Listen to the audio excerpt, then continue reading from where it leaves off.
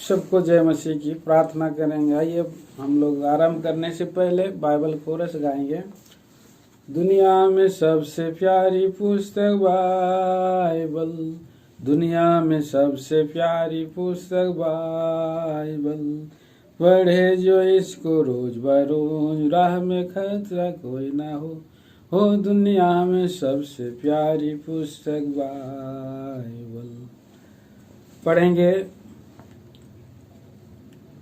इब्रानियों की पत्री उसके 12 अध्याय 28 वचन हम साथ में पढ़ेंगे। इस कारण हम इस राज्य को पाकर जो हिलने का नहीं, कृतज्ञ हों और भक्ति और भय सहित परमेश्वर की ऐसी आराधना करें जिससे वह प्रसन्न होता है।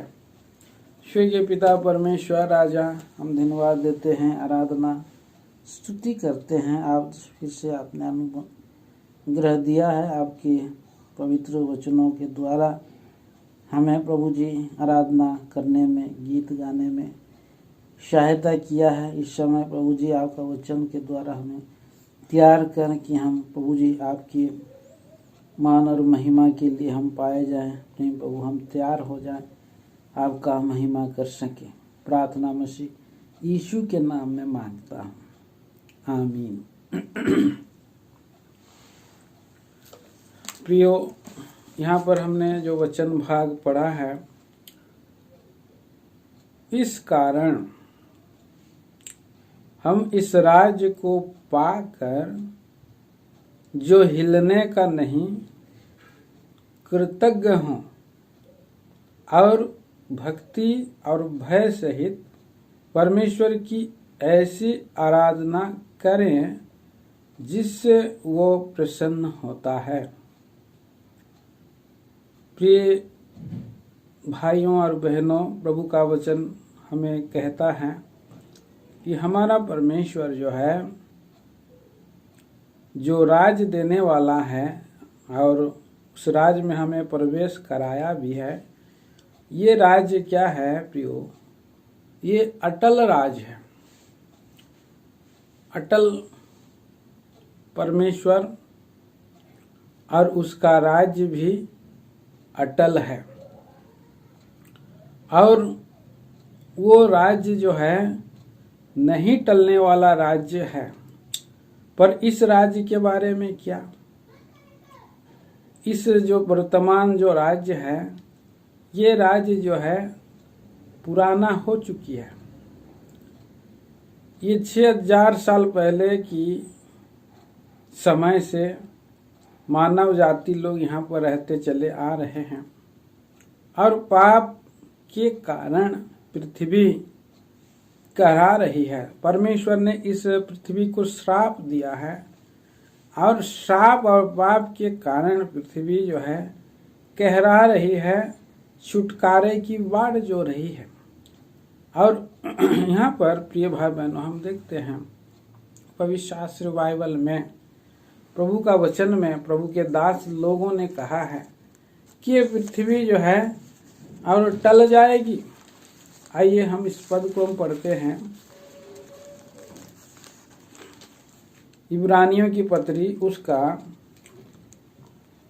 1 अध्याय और उसके 10 पद में लिखा है, और यह कि हे प्रभु, आदि में तूने पृथ्वी की नींव डाली और स्वर्ग तेरे हाथों की कारीगरी है। वे तो नष्ट हो जाएंगे पर तू बना रहेगा। वे सब वस्त्र के समान पुराने हो जाएंगे और तू उन्हें चादर के समान लपेटेगा और वे वस्त्र के समान बदल जाएंगे, पर तू वही है और तेरे वर्षों का अंत नहीं होगा। तो आदि में जो परमेश्वर ने आकाश पृथ्वी को बनाया है, ये क्या हो जाने वाला है प्रिय भाई बहनों? नष्ट हो जाने वाला है। वस्त्र के समान पुराना हो गया है। आप कितना हो भी अच्छा से अच्छा वस्त्र खरीदिए, अच्छा से अच्छा कोट खरीदें, पर क्या हो जाता है, एक न एक दिन वो छोटा हो जाता है और एक न एक दिन जो है कि वो फेड हो जाता है। इसी रीति से ये आकाश और पृथ्वी भी जो है और परमेश्वर ने बनाया है, और ये जो है परमेश्वर, और यहाँ पर हम देखते हैं कि ये जो है और खत्म हो जाने वाला, ये जो है लपेट देगा परमेश्वर और वस्त्र के समान लपेटा जाएगा। और दूसरा हम देखते हैं, दूसरा पतरस के किताब 3 अध्याय में बड़ी हड़हड़ाहट के शब्द में से ये आकाश चला जाएगा, तब तो होकर के पिघल जाएगा। प्रभु का वचन में पहले हम पढ़ देते हैं 3:10 में, परंतु प्रभु का दिन चोर के समान आ जाएगा। उस दिन आकाश बड़ी हड़हड़ाहट के शब्द से जाता रहेगा और तत्व बहुत ही तप्त होकर पिघल जाएंगे और पृथ्वी और उस पर के काम जल जाएंगे। तो इस रीति से पृथ्वी भी जल जाने वाली है और आकाश भी जल जाने वाली है, ये सब नष्ट हो जाने वाली है। पर हमारा प्रेमी प्रभु का वचन जो है अविनाशी और इनकरप्टेबल अनंत काल का ये वचन जो है। प्रभु का वचन में हम पढ़ते हैं पहला पतरस की किताब 1 अध्याय और 25 पद में लिखा है, प्रभु का वचन युगानुयुग स्थिर रहता है। प्रभु का वचन युगानुयुग स्थिर रहता है। युगानुयुग स्थिर रहने वाला वचन है प्रिय भाई और बहनों। यशायाह 40 अध्याय, यशायाह नबी की किताब 40 अध्याय में आपके लिए पढ़ देता हूँ। वहाँ भी हम पढ़ते हैं कि प्रभु का ये जो वचन है बने रहने वाला वचन है। कहता है यहाँ 8 पद में, घास तो सूख जाती है और फूल मुरझा जाता है, परंतु हमारे परमेश्वर का वचन सदैव अटल रहेगा। ये सदैव अटल रहने वाला वचन है जो परमेश्वर ने दिया है, और उसी वचन के द्वारा हमारा परमेश्वर हमें संभालता है। वही वचन जो है जो आदि में था, परमेश्वर के साथ था, और वही वचन जो है परमेश्वर है। आदि में वचन था, वचन परमेश्वर के साथ था और वचन परमेश्वर था, और वचन देहधारी हुआ, अनुग्रह और सच्चाई से परिपूर्ण होकर के हमारे बीच में, हमारे मध्य में डेरा किया। हमने उसकी ऐसी महिमा देखी जैसे एकलौते पुत्र की महिमा प्रभु का वचन कहता है। वो यीशु मसीह के बारे में कहता है। वो वचन जो स्वयं प्रभु यीशु मसीह देहधारी हुए, शब्द देहधारी हुए, सदैव वास किया, हमारे मध्य में रहा, हमने उसे देखा, उससे बातें किया और उसे छुआ, उसे प्यार से देखा बोलता है। आइए वो वचन को भी हम पढ़ते हैं। यहाँ पर यूहन्ना की पहली पत्री और 1 अध्याय में लिखा है, उस जीवन के वचन के विषय में जो आदि से था, जिसे हमने सुना, जिसे हमने आँखों से देखा वरन जिसे हमने ध्यान से देखा और हाथों से छुआ। यह जीवन प्रकट हुआ और हमने उसे देखा और उसकी गवाही देते हैं और तुम्हें उस अनंत जीवन का समाचार देते हैं। सो वो वचन जो है आदि से था, सुना गया था, उन्होंने उस वचन को सदैव देखा, सदैव वास किया, मनुष्यों के बीच में रहा, अपनों के पास आया, डेरा किया, वसा चला फिरा किया, ज्योति बन करके आई और ज्योति हमारे बीच में था। प्रियो, इस कितना सुंदर विषय है, कितना सुंदर ये वचन। और वो ज्योति में लोगों ने चला, कितनों लोग ने उस ज्योति को एक्सेप्ट किया और थोड़े लोगों ने, और जितनों ने उसे ग्रहण किया उन्हें परमेश्वर का पुत्र होने का अधिकार दिया। जितनों ने उसको ग्रहण किया, परमेश्वर पुत्र होने का उनको अधिकार दिया। यहाँ पर हम देखते हैं पहला यूहन्ना की पत्री, यूहन्ना सुसमाचार और यूहन्ना सुसमाचार में हम देखते हैं उसके पहला अध्याय में, यूहन्ना सुसमाचार उसका तीसरा अध्याय में हम देखते हैं, तीसरा अध्याय में, और जिससे पुत्र प्रेम रखता है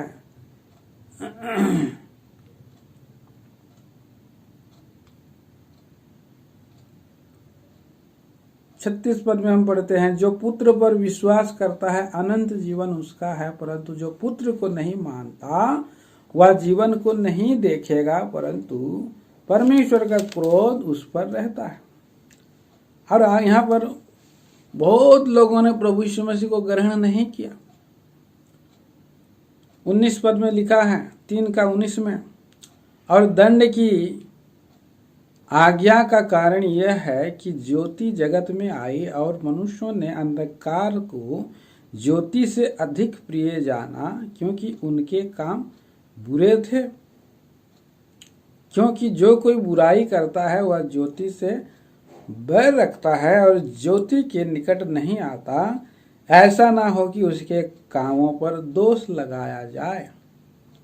तो प्रभु तो ज्योति होकर के आया और सब कुछ को दिखाया, प्रकट किया, ये भला है, ये बुरा है, ये असत्य है, ये सत्य है, ये जो है और पाप है और ये धर्म है। सब बात को प्रभु ने दिखाया। अंधकार के गुणों से भरे हुए लोग इस संसार में, और जब देखे कि प्रभु यीशु मसीह भला करता है, लोगों के अंदर में बुराई के गुण थे, उनमें ईर्ष्या थी, उनमें डाह थी, उनमें लीला क्रीड़ा थी, उनमें जो है और मतवालापन था, उनमें जो है कि अनाज्ञाकारिता थी, उनमें जो है ढीठ थी। तो ये जो है बुरे काम जो है अंधकार के काम से मनुष्य भरे हुए हैं। और इसीलिए जब ज्योति को, सुसमाचार को, प्रेम का संदेश को लोगों के पास लाया जाता है, अर्थात मसीह यीशु को लाया जाता है, अर्थात जीवन का वचन को लाया जाता है, तो उस जीवन का वचन को लोग ग्रहण नहीं करते। और जितनों ने ग्रहण किया उन्होंने परमेश्वर का संतान होने का अधिकार पाए और परमेश्वर का प्रेम उन्होंने चखा और अनंत जीवन पाया और अनंत काल का राज्य उनके पास आया। प्रभु यीशु मसीह इस जगत में अनंत जीवन देने के लिए आए और अनंत काल का राज्य देने के लिए आए। अनंत काल का राज्य, नया जन्म। यहाँ पर हम देखते हैं कि निकोदेमस करके एक व्यक्ति है, उसको और ये व्यक्ति जो है जब प्रभु के सुसमाचार को सुने और उन्होंने टूटे मन से रात के समय में आ करके कहता है कि आप परमेश्वर की ओर से आया है गुरु बन करके, और कोई ये काम नहीं दिखा सकता, जिसके पास परमेश्वर है वही उसको दिखा सकता है। तो प्रभु यीशु मसीह ने उन्हें कहा, मैं तुमसे सच सच कहता हूँ, यदि कोई नए सिरे से ना जन्मे तो परमेश्वर का राज्य देख नहीं सकता। तो नया सिरे से जन्मने के लिए जन्म हो करके ही वो परमेश्वर के राज्य में जा सकता है। नया सिरे से जन्म लेना है, और कैसे जन्म लेना है प्रभु का ये विधि है। 5 पद में यीशु ने उन्हें कहा, मैं तुमसे सच सच कहता हूँ, जब तक कोई नए मनुष्य जल और आत्मा से ना जन्मे वह परमेश्वर के राज्य में प्रवेश नहीं कर सकता। परमेश्वर के राज्य में प्रवेश नहीं कर सकता। प्रिय भाई और बहनों, ये गंभीर विषय है, ध्यान देने वाली बात है। ये परमेश्वर का वचन जो जल और आत्मा है, ये परमेश्वर का वचन है। तीतुस की पत्री में 1 अध्याय और उसका 3 अध्याय का, और ये 5 पद में इस बात को लिखा है। आइए हम उसको भी पढ़ते हैं। तीतुस की पत्री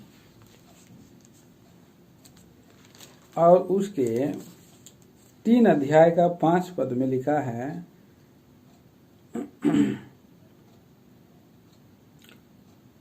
4 से मैं पढ़ दे रहा हूं। पर जब हमारे उद्धारकर्ता परमेश्वर की कृपा मनुष्यों पर उसका प्रेम प्रकट हुआ, तो उसने हमारा उद्धार किया, और ये धर्म के कामों के कारण नहीं जो हमने आप किए, पर अपनी दया के अनुसार नए जन्म के स्नान और पवित्र आत्मा के हमें नया बनाने के द्वारा हुआ, जिसने उसने हमारे उद्धारकर्ता यीशु मसीह को के द्वारा हम पर अधिकारी से उंडेला, जिससे हम उस अनुग्रह से धर्मी ठहर कर अनंत जीवन की आशा के अनुसार वारिस बने, और स्वर्ग राज में अनंत राज में हम वारिस बनने के लिए तो नए जन्म का स्नान किया गया, वचन का स्नान किया गया, जल नए जन्म के वचन के जल से, नए जन्म के वचन के द्वारा। तो ये अविनाशी प्रभु का वचन जो का जल से द्वारा हमारा नया जन्म होता है। जब हम विश्वास करते हैं यीशु मसीह पर कि यीशु मसीह हमारे पापों के लिए मारा गया और गाड़ा गया, और पवित्र शास्त्र के अनुसार मुर्दों में से 3रे दिन जी उठा, उस पर हम जब विश्वास करते, यीशु मसीह को अपना प्रभु करके अंगीकार करते, ग्रहण करते हैं कि उसने मेरे पापों को अपने ऊपर में उठा लिया, कलवरी के क्रूस पर अपने देह को तोड़े जाने के लिए, पापों का प्रायश्चित के लिए दे दिया, कुचला गया, मारा गया, गाड़ा गया, जी उठा। उसी के द्वारा ही अनंत जीवन है, स्वर्ग राज है। तभी एक व्यक्ति जो है इस पृथ्वी पर जो वर्तमान में जो है ये टल जाने वाली पृथ्वी से अनंत काल के लिए प्रवेश करने का द्वार उसको मिल जाता है। अनंत काल के द्वार में वो प्रवेश कर जाता है। और प्रभु यीशु मसीह ने कहा था लोगों को कि मैं ऊंचे पर चढ़ूंगा तो बहुतों को अपने पास खींचूंगा। तो स्वर्ग राज ऊंचे में है, ऊंचाई का राज है। और प्रभु यीशु मसीह जो है, यूहन्ना सुसमाचार उसका 10 अध्याय में कहा है कि द्वार मैं हूं। कौन सा द्वार के बारे में बात करता है? स्वर्ग के द्वार के बारे में बात कर रहा है। प्रिय भाई और बहनों, ये बहुत ही गंभीर विषय है और एक गहरी बात है कि यीशु मसीह द्वार बन करके आए और उन्होंने मार्ग बन करके इस संसार में स्वर्ग राज का मार्ग भी है, द्वार भी है, सत्य है और जीवन है। और अनंत काल का राज्य उसका है, और उसका राज्य जो है अटल है। अटल अविनाशी राज्य का देने के लिए और सबसे पहले प्रभु यीशु मसीह ने ही प्रचार किया। उससे पहले यूहन्ना बपतिस्मा देने वाले ने प्रचार किया, कहा मन फिराओ क्योंकि स्वर्ग का राज निकट आ गया है। प्रभु यीशु मसीह ने मरकुस पहला अध्याय और उसका 15 पद में हम पढ़ते हैं कि उसने भी प्रचार करना आरंभ किया, क्योंकि मन फिराओ क्योंकि स्वर्ग का राज निकट है। तो अटल राज्य में प्रियो आज कितने लोगों को परमेश्वर बुला रहा है, बाहें पसारे हुए प्रभु यीशु मसीह। और उस अटल राज्य में जाने के लिए, रहने के लिए, निवास करने के लिए बहुत से स्थान हैं। जितने भी लोग प्रभु यीशु मसीह को ग्रहण करेंगे उतने ही बड़ा जो है कि वो राज्य है। यहाँ 2000 साल से प्रचार किया जा रहा है, उस राज्य के लिए आह्वान किया जा रहा है। कितने लोग इस संसार में शरीर में दुर्बल होकर के चले भी गए हैं इस धरती से, और लोग पैदा हुए और लोग चले गए, और लोग पैदा हुए और लोग चले गए। इसी रीति से पीढ़ी पीढ़ी से लोग उस स्वर्ग के राज्य में प्रवेश कर रहे हैं। कितने लोग को और फिर भी जगह बचा हुआ है कि आप भी, हरेक लोगों के लिए वहाँ पर जगह है, वहाँ पर रहने के लिए जगह है उस राज्य में। इस पृथ्वी पर एक दिन ऐसा समय आ जाएगा कि लोग यहाँ रहेंगे नहीं, और कहाँ पर घर बना लेंगे, दूसरे जगहों में घर बना लेंगे। चांद पर घर बनाने को सोच रहे हैं, लेकिन चांद पर भी रह नहीं सकेंगे। चांद पर क्या ऑक्सीजन है, मंगल ग्रह पर क्या ऑक्सीजन है, जीवन है वहाँ नहीं है। सो जहाँ पर जीवन नहीं है, मनुष्य वहाँ घर बनाना चाह रहा है। लेकिन जहाँ पर जीवन है, अमरता है, सनातन काल का और भरपूरी है, जो आँखों से नहीं देखा, कानों ने नहीं सुना, मनुष्य के चित्त पर नहीं चला, अविनाशी और अक्षय मिरास वहाँ रखा गया है। सो उस जगह में, उस राज्य में अगर परमेश्वर बुला रहा है, प्रभु यीशु मसीह बुला रहा है, तो लोग क्यों ढीले पड़ रहे हैं? लोग क्यों पश्चाताप नहीं कर रहे हैं? लोग क्यों अपने आप को दीन नहीं कर रहे हैं? क्योंकि उस राज्य में प्रवेश करने के लिए एक आदमी को दीन बनना बहुत जरूरी है। उस गेट में जो प्रवेश करने के लिए अपने आप को नम्र करना है। एक हमारे पास एक जो है पोस्टर है, और उस पोस्टर में स्वर्ग राज्य में प्रवेश करने के लिए छोटा सा एक खिड़की के समान एक दरवाजा है। मतलब बहुत ही नम्रता से झुक करके और उसमें क्या किया जाता है, प्रवेश किया जाता है। प्रियो, बड़े ही दीन बनना पड़ता है और अपने पापों को मानना पड़ता है, कबूल करना पड़ता है,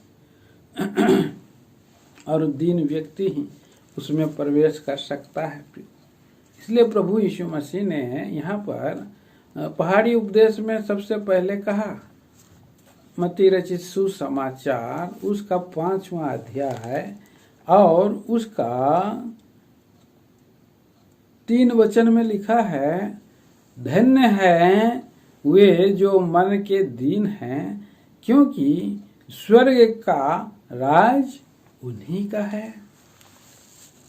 ये पहला ध्यान देने वाली बात है प्रिय भाई बहनों, कि परमेश्वर का जो राज्य में प्रवेश करना है, तो एक व्यक्ति को दीन बनना पड़ेगा, अपने आप को छोटा करना पड़ेगा, अपने आप को खाली करना पड़ेगा, वो व्यक्ति उसमें जा सकता है। एक लड़का दौड़ता हुआ प्रभु यीशु मसीह जब प्रचार कर रहे थे, तो उसके पास दौड़ता हुआ एक लड़का आया, एक व्यक्ति आया, जवान था और वो शिष्टाचार था, शिष्ट व्यक्ति था, धनवान व्यक्ति था और प्रभु यीशु मसीह के पास दौड़ करके आया है और वो कहता है कि हे गुरु, मैं अनंत जीवन में को पाने के लिए क्या करूं, अर्थात मैं स्वर्ग के राज में कैसे प्रवेश करूं। ऐसा वो सवाल लेकर के दौड़ता हुआ आया है प्रभु यीशु मसीह के पास। और प्रभु यीशु मसीह भी उनको जो है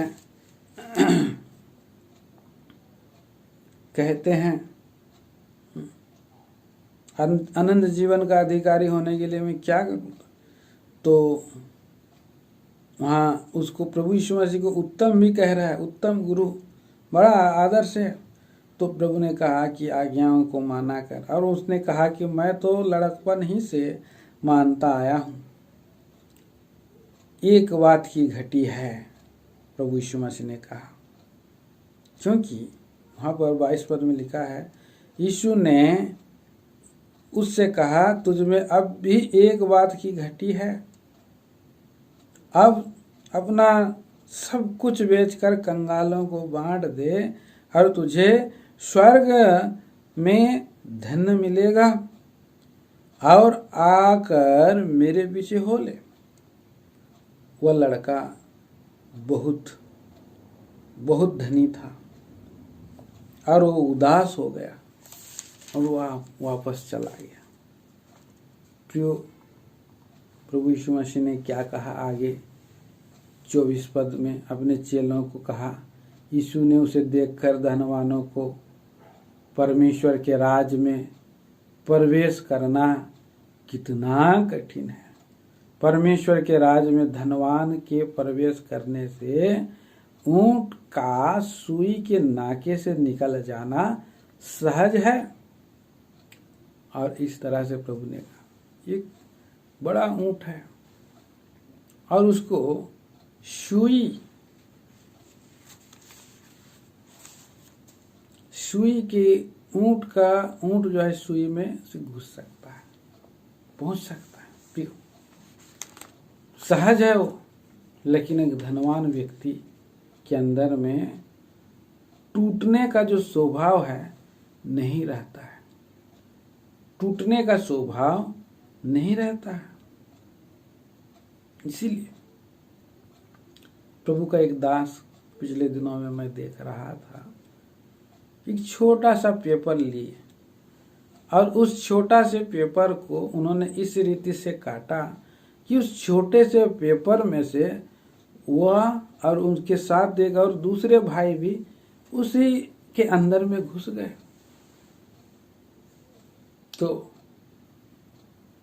अपने आप को तोड़ना है, काटना है, दीन बनाना है, छोटा होना है, तभी वो व्यक्ति जो है एक परमेश्वर के राज्य में प्रवेश कर सकता है। इसीलिए धनवानों का स्वर्ग का राज्य में जाना बहुत कठिन है बोल करके यहाँ पर कहा है।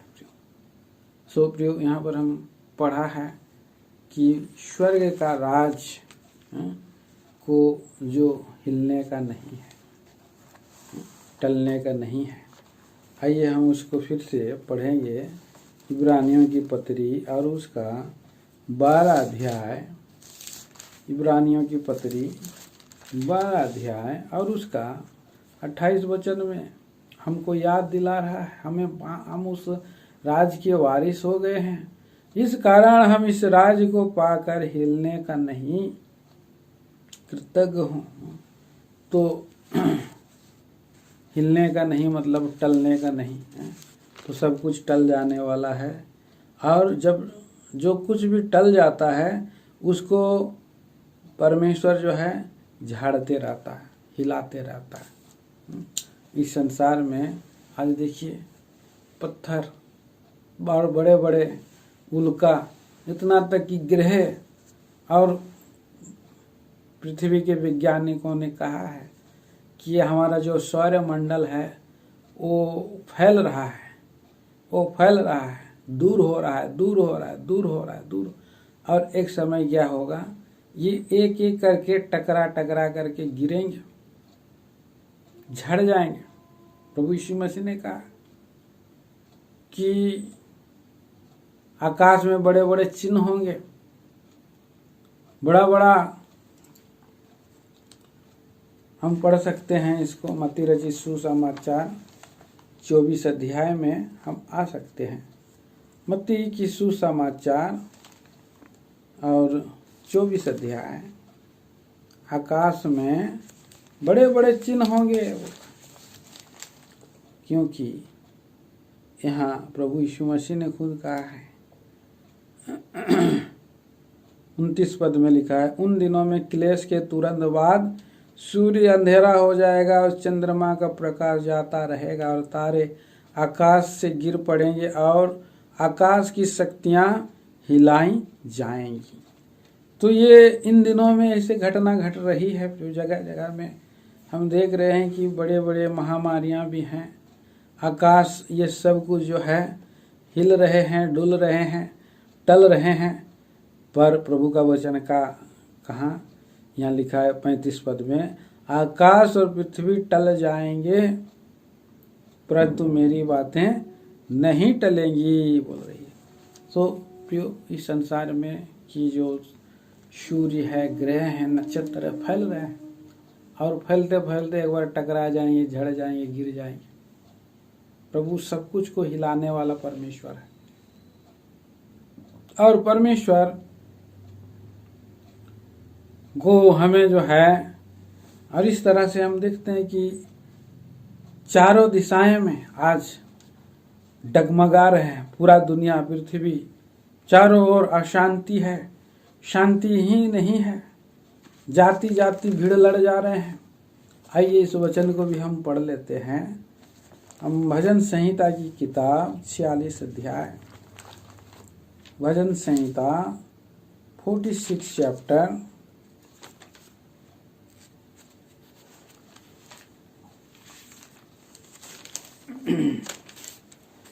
भजन संहिता की किताब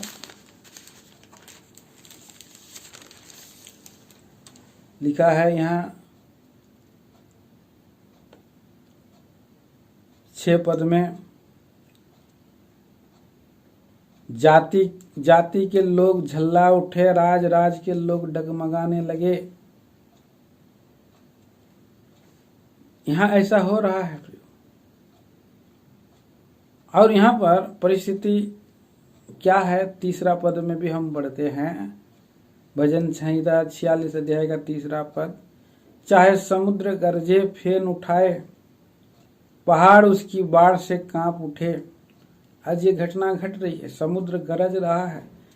हर बार अमेरिका में नए नए प्रकार की बाढ़ आ रही हैं, फेन उठा रहे हैं। अब उड़ीसा के प्रांतों में अब हर साल जो है कि बाढ़ आ रही है और इसी रीति से अनेक जो है कि आंध्र प्रदेश, उड़ीसा चारों ओर गरज रहे हैं, गरज रहे हैं पहाड़। यहाँ पर इसलिए यहाँ पर कहा जा रहा है कि हमारा प्रभु यीशु मसीह जो है अटल है, हमारा परमेश्वर अटल है।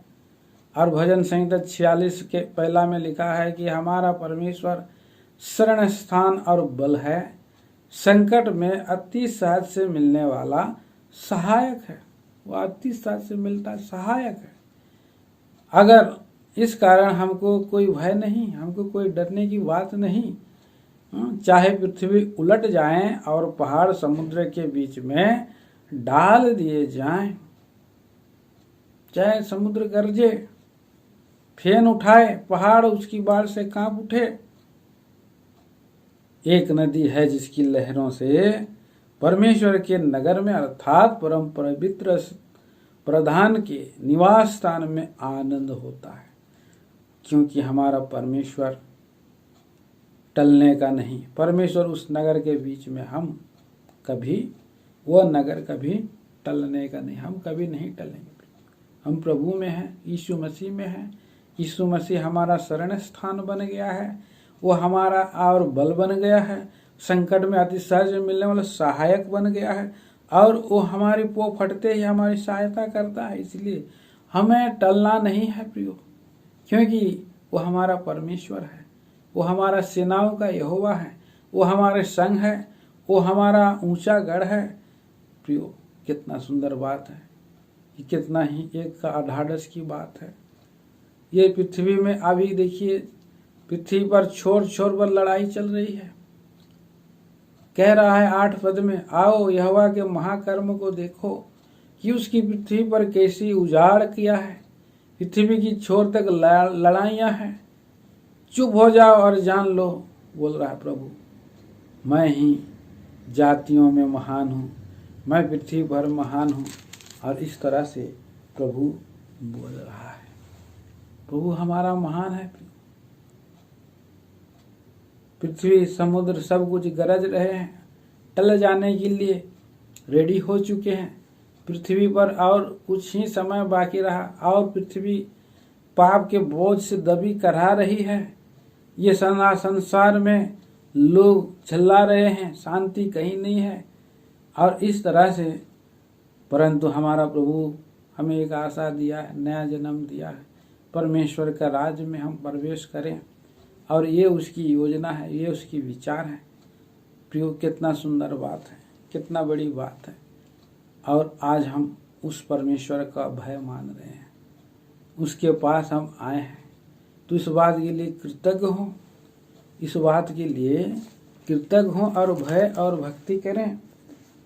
हम वहाँ पर पढ़ते हैं,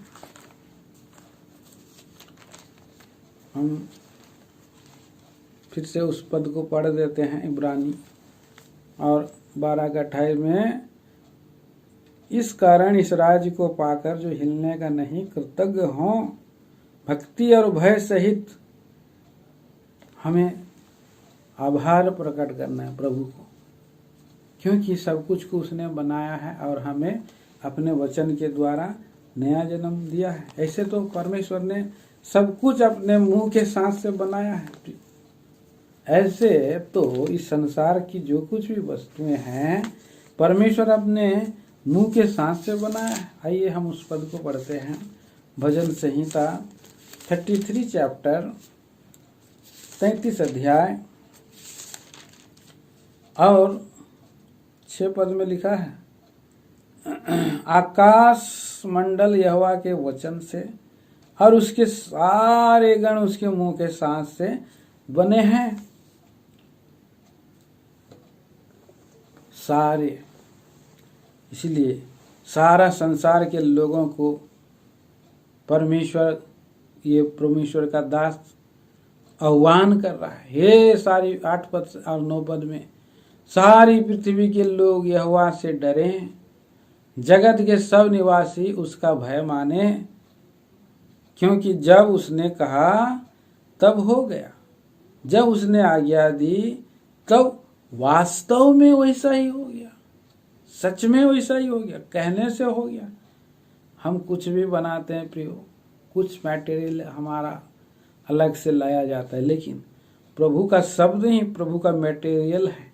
उसने कहा और सब कुछ वैसा ही, सचमुच वास्तव में वैसा ही हो गया।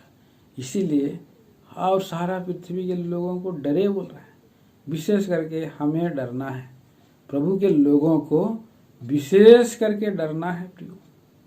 हम उसका कृतज्ञ होना है और भय सहित भक्ति करें, भक्ति सहित भय करते रहना, क्योंकि प्रभु की जो बात है वो अटल है, वचन अटल है। पृथ्वी को संपूर्ण रीति सब कुछ को शब्द से बनाया, लेकिन जो यीशु मसीह है वो अटल है, और यीशु मसीह के वचन से हम जो नया जन्म पाए वो अटल है, और वो हमारे लिए युक्ति किया है। 10 पद में हम आगे पढ़ते हैं, भजन संहिता 33 वर्ष 10 और 11 भी पढ़ूंगा। यहोवा जाति जाति की युक्ति को व्यर्थ कर देता है, वह देश देश के लोगों की कल्पनाओं को निष्फल करता है।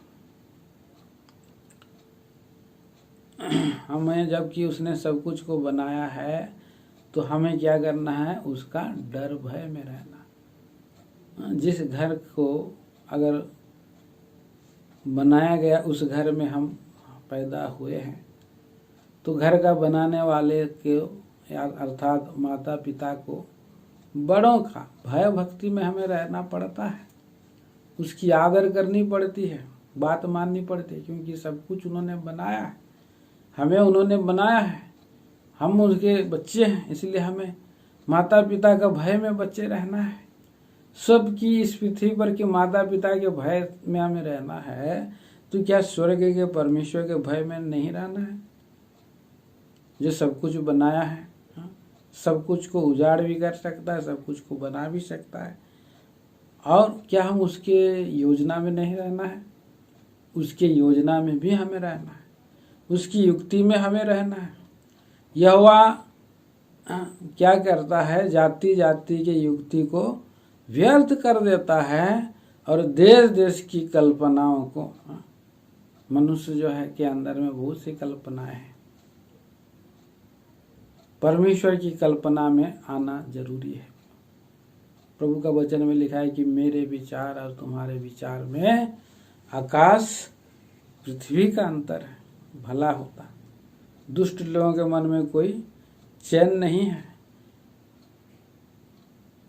इसलिए परमेश्वर के विचारधारा में लोग नहीं आते। प्रभु का विचार बहुत ही अनमोल है और सुंदर है और पवित्र है और न्याय संगत है प्रभु का विचार। और उस विचार को, उस गति को मूसा जो है और मालूम करता था, और प्रभु ने उसको गति दिखाई, प्रभु ने उसको चाल बताई और उसके अनुसार वो चला। प्रियो, आज हमें भी अपनी युक्ति को बतलाता है, लेकिन मनुष्य भजन सही नीति वचन 16 अध्याय पहला पद में लिखा है, मनुष्य युक्ति करता है लेकिन मुंह से कहना यहोवा की ओर से होता है। मन की बातें मन में ही रह जाती है। आइए उस पद को हम पढ़ देते हैं, वो सुंदर पद है, 16 अध्याय नीति वचन और पहला पद में, मन की युक्ति मनुष्य के वश में रहती है पर मुंह से कहना यहोवा की ओर से होती है। ये समझ लीजिए, अगर मन में विचारा भी तो परमेश्वर सब जान जाता है, आपकी मन की युक्ति को जान जाता है। शैतान ने क्या एक युक्ति किया, मन में सोचा मैं ऊंचे पर चढ़ूंगा, परम प्रधान के तुल्य हो जाऊंगा, मैं उत्तर छोर में विचारूंगा। मन में उसने कहा, मन में उसने ऐसा कहा, परमेश्वर नीचे गिरा दिया। जितना वो ऊंचा चढ़ने की कोशिश किया उतना नीचे गिर गया, क्योंकि उसके अंदर में घमंड था। परमेश्वर को हम दीन बन करके ही प्रसन्न कर सकते हैं, घमंड बन करके नहीं। स्वर्गदूत अगर दीन बन करके रहता था तो आज भी वो परमेश्वर का सबसे खास स्वर्गदूत रह सकता था। शैतान बन गया वो। आज प्रियो, हमारे जीवन में भी ये पाठ सिखाता है। वो जाति जाति के युक्ति को व्यर्थ करता है, शैतान की युक्तियों को भी प्रभु जो है कि व्यर्थ कर देता है। इसीलिए क्या करना है, यहाँ पर भजन संहिता उसका 33 अध्याय के 11 पद में लिखा है, 10 पद में लिखा है, देश देश की कल्पनाओं को व्यर्थ कर देता है। देश देश की कल्पनाओं को व्यर्थ कर देता है, निष्फल कर देता है। तो ये इस संसार में जो भी कल्पनाएं की जा रही है प्रभु के विरोध में, राज्य के विरोध में, उससे व्यर्थ हो जाएंगे प्रियो। लेकिन प्रभु का युक्ति सर्वदा बनी रहेगी। भजन संहिता 33 अध्याय 11 पद में लिखा है, यहोवा की युक्ति सर्वदा स्थिर रहेगी, उसकी मन की कल्पनाएं पीढ़ी से पीढ़ी तक बनी रहेगी। तो हमें क्या करना है प्रियो? बुद्धिमान व्यक्ति की नाई बुद्धिमान व्यक्ति जिसने परमेश्वर के वचन में आ गया, उसकी कल्पना में, उसकी योजना में आ गया, हमें उसकी योजना में आ जाना है। अर्थात हमें उस मसीह रूपी वचन रूपी चट्टान पर, मसीह के वचन रूपी चट्टान पर अपने आप को रखना है, दृढ़ करना है, हमारी योजनाओं को, विचारों को एक साथ मिला लेना है, परमेश्वर के योजना में आ जाना है। इसीलिए भजन, ये नीति वचन 16 का 3 में भी कहता है, अपने कामों को यहोवा पर डाल दे, इससे तेरी कल्पनाएं सिद्ध हो जाएंगी। सो हम अपने आप को, अपने व्यवहार को प्रभु के वचन के अनुसार हमें चलना है, रख देना है। पहाड़ी उपदेश को देने के बाद आखिरी में प्रभु यीशु मसीह ने मत्ती सुसमाचार 24 अध्याय और उसके 7 अध्याय के 24 पद से कहना आरंभ किया।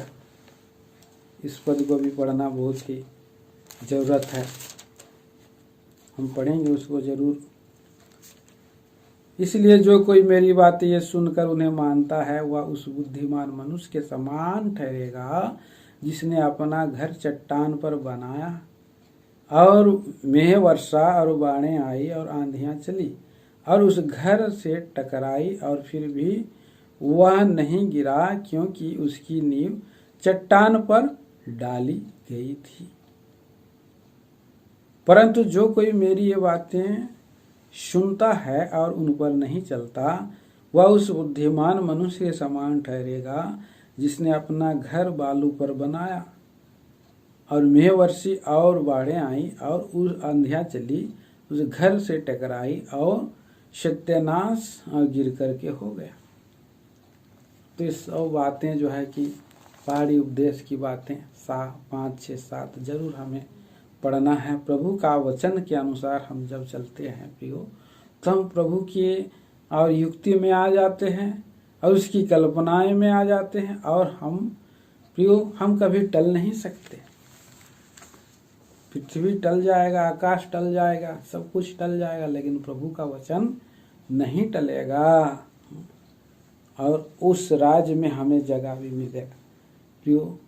इसीलिए एक बार नहीं, बार बार प्रभु हिलाते रहता है। जो कुछ भी रिजेक्शन है, जो कुछ भी धूल है, जंग है मनुष्य के जीवन में, वो निकल जाए और प्योर चीज प्रभु के राज्य में जाए।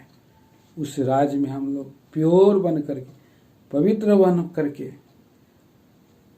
हम प्रवेश कर सकते हैं। प्रिय भाई बहनों, यहाँ पर भजन संहिता ये किताब 33 अध्याय में कहता है, क्या ही धन्य है वह जाति जिसका परमेश्वर यहोवा है, और वह समाज जिसे अपना निज भाग होने के लिए चुन लिया है।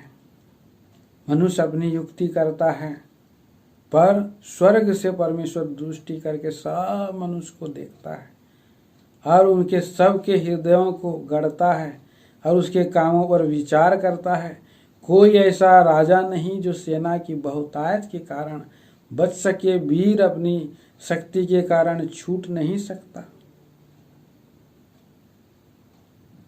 वह बच निकलने के लिए घोड़ा व्यर्थ है, और अपने बल के द्वारा कोई नहीं अपने आप को बचा सकता है। भागने और युक्ति करने वाले विरोधी लोग को प्रभु क्षण भर में दबा सकता है। प्रिय भाई बहनों, यहाँ पर हम देखते हैं हमारा आसरा वही है, हमारा सहायक वही है, हमारा ढाल वही है, और हम उसके डरवैयों पर परमेश्वर क्या करता है? प्रसन्न होता है। जो पहले परमेश्वर का डरवैयों पर प्रसन्न होता है और परमेश्वर दीनों पर प्रसन्न होता है। इसलिए हम लोग ऐसी जीवन बिताएं, ऐसी आराधना करें, ऐसी उपासना करें, इस सेवा करें और जिससे प्रभु जो है प्रसन्न होए।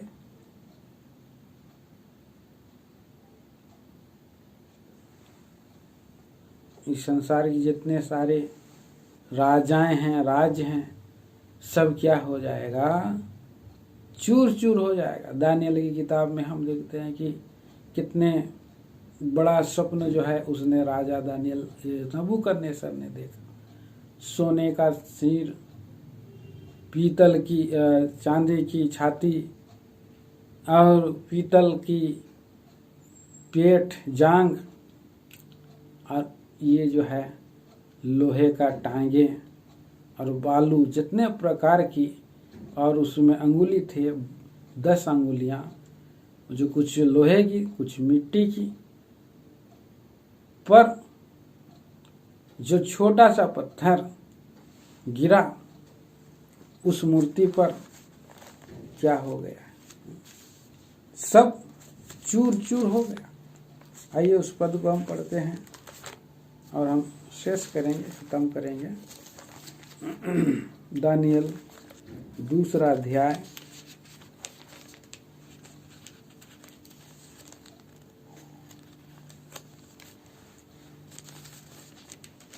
और 2 अध्याय हम पढ़ते हैं और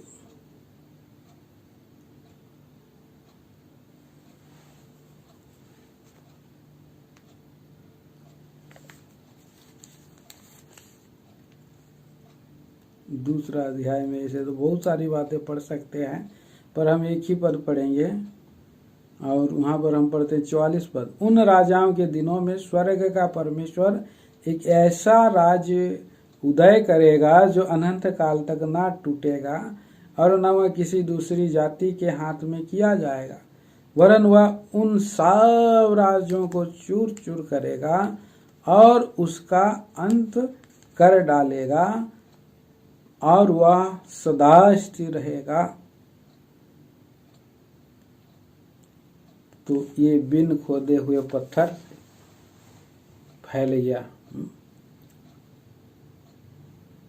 ऐसा पत्थर, जैसा तूने देखा कि एक पत्थर किसी के हाथ के बिन खोदे पहाड़ में से उखड़ा और उस लोहे, पीतल, मिट्टी, चांदी, सोने को चूर चूर किया। और इसी रीति से महान परमेश्वर ने राजा को बताया कि अंत के दिनों में क्या होगा।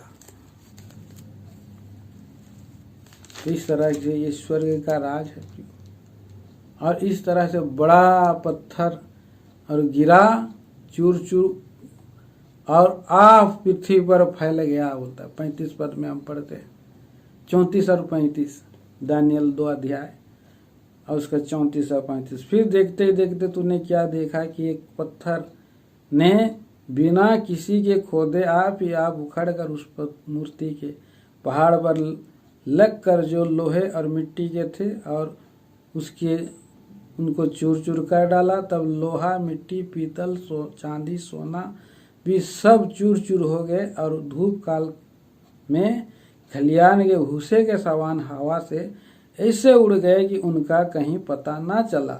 और वह पत्थर जो मूर्ति पर लगा था वह बड़ा पहाड़ बनकर सारी पृथ्वी पर फैल गया। ये है वचन, वो राज है और उस राज में अर्थात मसीह यीशु के द्वारा, मन फिराने के द्वारा हम उस राज में आ गए हैं।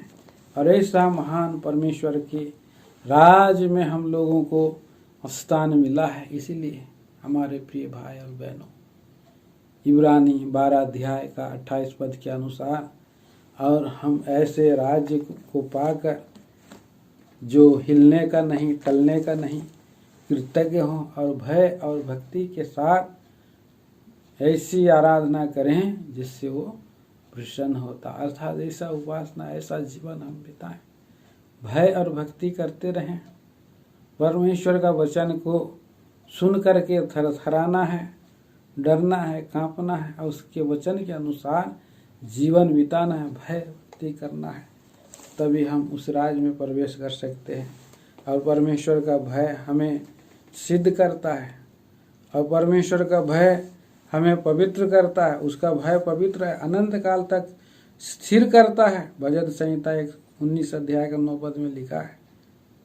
तो ऐसा प्रिय भाई बहनों, आइए हम बड़े ही डरते और कांपते हुए उस वाचा में हम पाए जाएं। प्रभु ने हमारे जीवन में नई वाचा की लहू से के पास हमें ले आया है। नई वाचा की लहू हमारे लिए कवनेंट वाचा बांधा है। आइए हम लोग उस पद को पढ़ेंगे, भजन संहिता के गीत। और पहला कुरिन्थियों की पत्री, पहला कुरिन्थी 11 अध्याय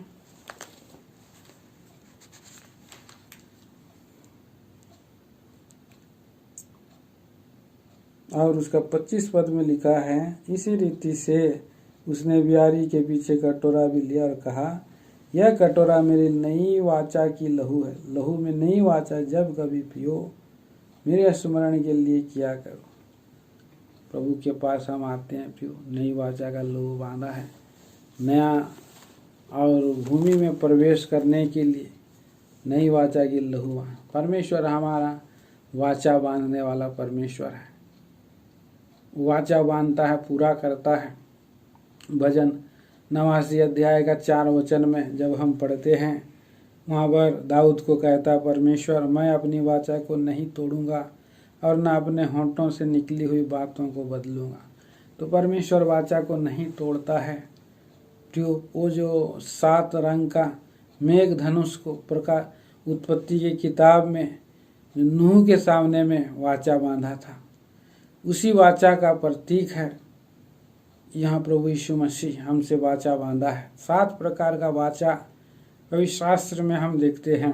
पहली वाचा उसने आदम के साथ बांधी थी, उत्पत्ति 3 अध्याय का 15 पद में, और वो है मसीह यीशु को देने की प्रतिज्ञा किया गया था। और दूसरी वाचा प्रियो नूह के साथ बांधी थी, उत्पत्ति 9 अध्याय का 1 से 11 पद तक। तीसरी वाचा अब्राहम के साथ खतना के रूप में बांधी थी। और चौथी वाचा उसने मूसा के साथ व्यवस्था 18 अध्याय और 15 पद में हम देखते हैं कि वो वाचा जो है जीर्ण हो गई, पुरानी हो गई। वो मिला वाला तंबू में सेवा का लिए और मेमने का बलिदान का वाचा था। तो यहाँ पर हम देखते हैं कि दाऊद पर 5वीं वाचा बांधी गई, 2 सामुएल और उसका 7 अध्याय का और 12 से 13 तक। और वो वाचा के अनुसार प्रभु यीशु मसीह दाऊद के वंश में से जन्म हुआ है, इसलिए उसका राज, दाऊद का राज भी अटल है। दाऊद का राज अटल है, नहीं टलने वाला। अटल राज उसको मिला है और उसी में हम भी जुड़ गए, उस राज में प्रवेश किए हैं।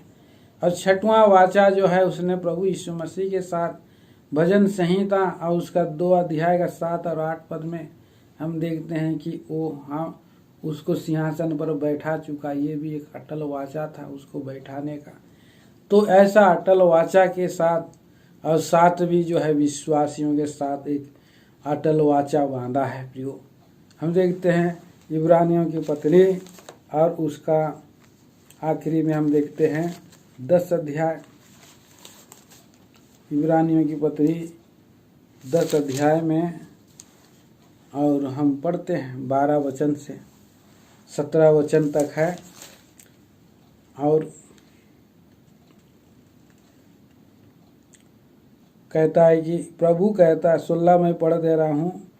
प्रभु कहता है कि जो वाचा मैं उन दिनों के बाद उनसे बांधूंगा वो यह है कि मैं अपने नियमों को उसके हृदय पर लिखूंगा और मैं उनके विवेक में डालूंगा। फिर वह यह कहता है, मैं उनके पापों को और उनके अधर्म को कामों को फिर स्मरण ना करूंगा। और इस तरह से उसने वाचा बांधा है मनुष्यों पर, हम पर। और ये नई वाचा प्रभु का मसीह का लहू के द्वारा, तो हमारे पापों को स्मरण नहीं करने वाला स्वर्गीय परमेश्वर है। आइए प्रिय भाई बहनों, हम भयभक्ति करें और उसको प्रसन्न करें, उस राज्य को पाकर हिलने का नहीं, कृतज्ञ हो और ऐसी सेवा करें, आराधना करें, संगति करें, प्रभु की उपस्थिति में पाए जाएं। प्रभु इन विचारों के द्वारा तैयार करे और हमें अपने घर में जो सुनते हैं आ सकते हैं और मेज में भी हिस्सा ले सकते हैं। प्रार्थना करेंगे। प्रभु इन विचारों को हमारे लिए आशीष करें। आमीन।